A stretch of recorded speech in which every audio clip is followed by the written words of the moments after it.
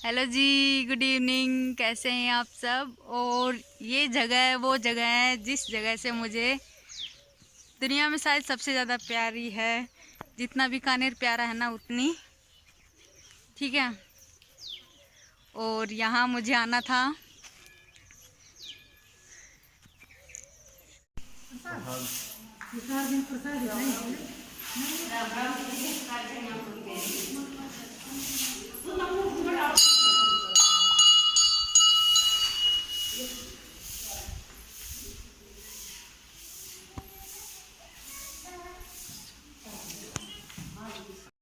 तो जी मैं बता रही थी आपको, इस जगह से मेरा बहुत ज़्यादा लगाव है। तो अब बताती हूँ पूरी बात। यहाँ से मैं विदा हुई थी, मतलब कि शादी के बाद यहाँ से। ये मेरी मम्मी का पीहर है, गांव है। बढ़िया मामी है। ये मामी है। देख ओ भाई, यो क्या कर रखे है, यो क्या कर रखे है।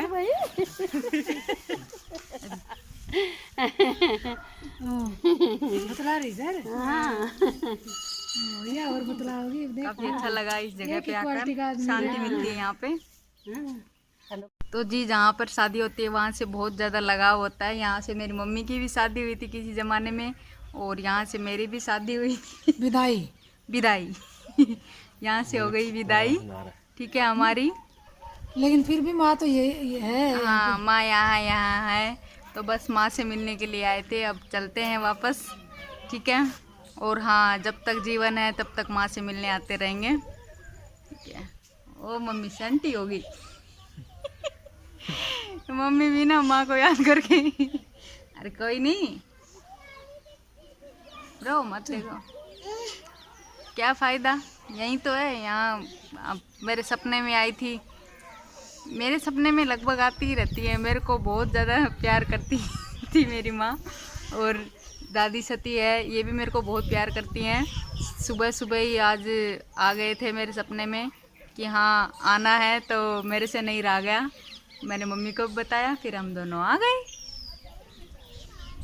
इनको साथ लेकर, ठीक है। मेरी मम्मी सेंटी हो जाती है, ये नहीं पता कि यहाँ सब कुछ है। यहाँ आ गए, बाकी दुनिया से क्या मतलब। प्रदीप जी धंधे, प्रतीक जी तो चलते हैं जी। मम्मी बाय बाय तो कर दो, और आप कहो तब हम यहाँ पे आ जाएं आपका पियर में। मम्मी है।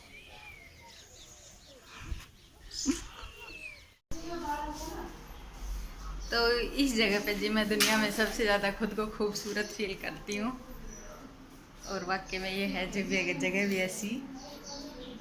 यहाँ मैं छोटी सी थी तब तब से बड़ी हुई हूँ, इतनी सी नन्ही सी।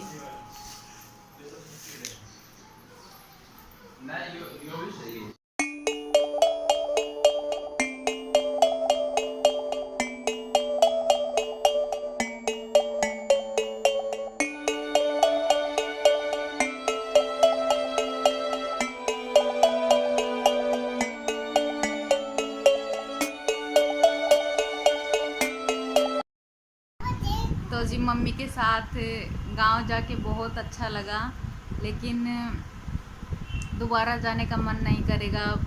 शायद मैं तो कभी जाऊं, हो सकता है कि भगवान जी जब माता रानी बुलाएं तब माता रानी से मिल के आऊं।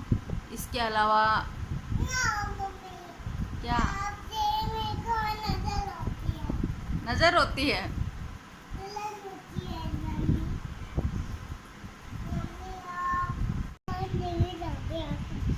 क्यों जाऊंगी मैं, तो मैं वहाँ भगवान जी के पास जाने के लिए नहीं कह रही, वहाँ कभी नहीं जाऊंगी भगवान जी के पास। वहाँ तो तेरे साथ रहूंगी जब तक मैं बूढ़ी हो जाऊंगी तब तक। तो बूढ़ी नहीं होंगी, ऐसी ही रहूंगी मैं। ये क्या कर रही हो। मम्मा बूढ़ी भी होगी, आप बड़े भी होगे, समझे।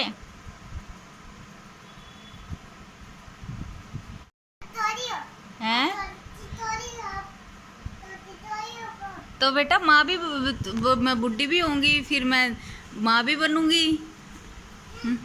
ऐ क्या?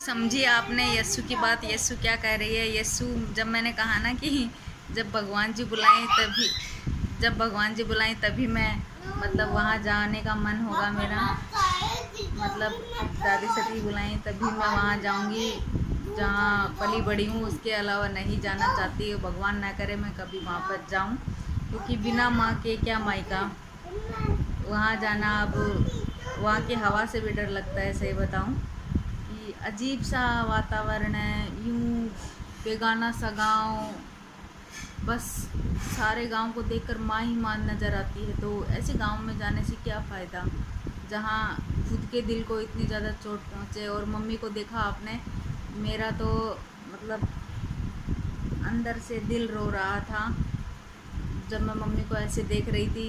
लेकिन मैंने खुद को डांट रखा था कि नहीं, अगर मैं भी रो दी तो मम्मी फूट फूट के रोने लग जाएगी, इसलिए मैंने खुद को रोक के रखा। लेकिन सही बात है कि जहाँ हमने जन्म लिया, जहाँ हम पढ़े भले, और जहाँ से शादी होकर विदा हुए, और फिर मम्मी की कहानी तो आप लोगों को पता ही है कि अलग ही थी। जब मेरे पापा चले गए तो मेरी माँ और नाना जी मम्मी को यहाँ ले आए बिहार में, और सालों तक, शायद 20-22 साल हम वहाँ रुक कर आए हैं। तो मम्मी की तो सारी जीवन ही वहाँ वहीं कटा है, मतलब एक तरीके से। और अब माँ के जाने के बाद में एक ऐसा माहौल हो गया है कि आप लोग सब समझते हैं, समझदार को इशारा ही काफ़ी होता है, कि नाम ही मायका है। तो माँ के बिना क्या घर, माँ के बिना क्या क्या होगी कोई चीज़। और यस्सु की बात भी आपने सुनी होगी कि ये बोल रही है कि ऐसे, जब मैंने बोला ना कि मैं भगवान बुलाएंगे तो ही मैं उस गांव में जाना चाहती हूँ, उनकी मर्ज़ी के आगे किसकी चलती है। तो ये कह रही है, मम्मा आप भगवान जी के पास मत जाना, आप भगवान के पास थोड़ी जाओगे। मैंने कहा बुढ़ी होंगी तो भगवान जी के पास भी जाऊँगी। तो ये कह रहे नहीं, आप बुढ़ी थोड़ी होगी। इसको ये लगता है कि एक ही एज चलती रहती है, छोटी है, इसको पता नहीं बूढ़े भी होंगे और भगवान के पास ऊपर भी जाना पड़ेगा। लेकिन जहाँ तक है तब तक जीवन है, जब तक जिएंगे